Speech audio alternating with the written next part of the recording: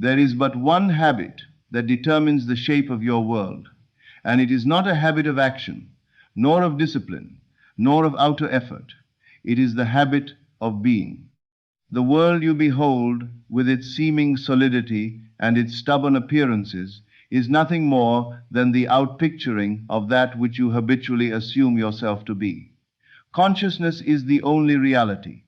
There is no power outside of it, no cause apart from it, no creator beyond it. Imagination is God, and that God is your own wonderful human imagination. You have been taught to look outward for causes. You have been trained to believe that events produce feelings, that circumstances shape identity, that conditions impose themselves upon you. But I tell you that it is the reverse. Feeling is the secret. The assumption you persist in, the state you dwell in, the inner conviction you accept as true, must harden into fact. It cannot do otherwise, for there is nothing else that can appear in your world but that which corresponds to your state of consciousness. Creation is finished. All that you could ever desire to be, to experience, to express, already exists as a state. States are not created, they are entered. They are eternal realities within consciousness, waiting only for occupancy. You do not get what you want, you get what you assume to be true. And the one habit that will change your life is the habit of entering and remaining faithful to the state of the wish fulfilled. To enter a state is not to pretend, not to strain, not to visualize with force. It is to assume the feeling of being it.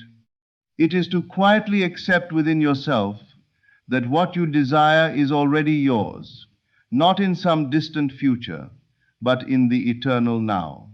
The kingdom of heaven is within you, and the kingdom is not a place, but a state of consciousness. When Scripture tells you to seek first the kingdom of God, it is telling you to seek first the state of the wish fulfilled, for all things shall then be added unto you. You cannot serve two states at once. You cannot assume yourself to be wealthy and at the same time dwell in the feeling of lack. You cannot assume yourself to be loved and yet secretly identify with rejection. A double-minded man is unstable in all his ways because he attempts to occupy two states simultaneously. The law does not judge, it simply mirrors. It reflects with perfect fidelity the state you most consistently inhabit. Therefore, if you would change your world, you must change your state. Change of state is the only change. No outer rearrangement, no manipulation of circumstance, no appeal to external authority will produce lasting transformation. The outer world is but the shadow cast by the inner man. And the inner man is your state of consciousness. The old man must die. This is not a physical death, but the abandonment of a former identity. The old man is the state you have been occupying, the assumptions you have accepted, the story you have told yourself, the feeling of limitation you have worn like a garment. To enter the new state, you must let go of the former one. You cannot carry the old name into the new experience. When you assume the feeling of being what you desire to be, you are not creating something new. You are selecting a different portion of the finished creation.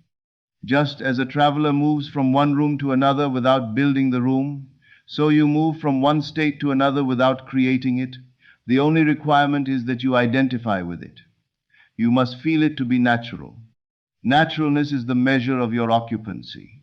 When the feeling of the wish fulfilled becomes more natural than the feeling of longing, the outer world must conform.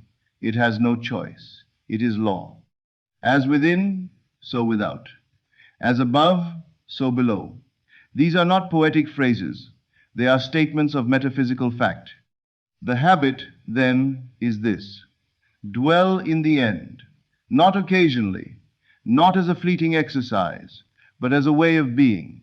Let your inner conversations reflect the fulfilled desire. Let your reactions arise from the identity you have assumed. When doubt appears, do not fight it. Simply return to the state. Persist. Assumption, though false at first, if persisted in, will harden into fact. You may say, but the world contradicts me. Of course it does, for it is reflecting your former state. The mirror always shows the face you were a moment ago. Do not argue with the reflection. Change the face, change the state. The world will follow. It must, for it has no life of its own. There is only one operant power, and that power is your own I am. Before you say, I am wealthy, I am healthy, I am loved, you say, I am. That awareness of being is God.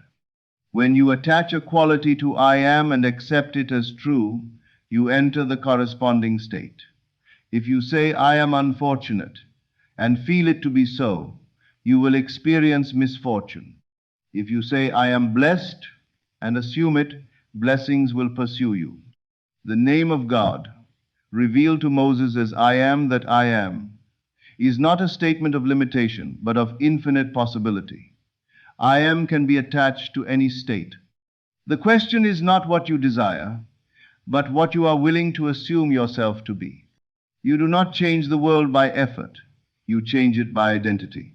The carpenter does not struggle with the shadow of his work. He shapes the wood. You are the shaper of states. The world is but the projection. When you understand this, you cease to wrestle with appearances. You withdraw your faith from them and place it upon your own imagination. Imagination is not fantasy. It is the creative power of God in man. When you imagine from the end, when you feel yourself to be already that which you desire, you are exercising the divine function. You are not asking for permission. You are selecting a state.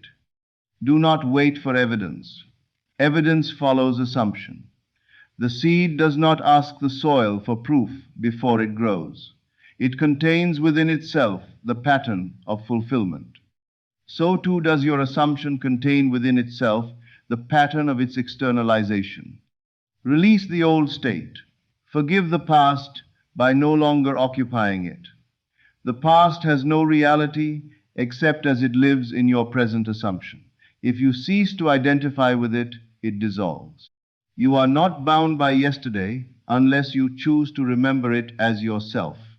Enter the new state quietly. Do not announce it. Do not seek confirmation. Simply be it. Feel the relief, the certainty, the calm knowing that it is done. This is faith, not belief in something to come, but conviction in what already is. When you persist in this habit, the habit of assuming the wish fulfilled, you will discover that life rearranges itself without strain. People will change, circumstances will shift, opportunities will appear, all in perfect correspondence with your state.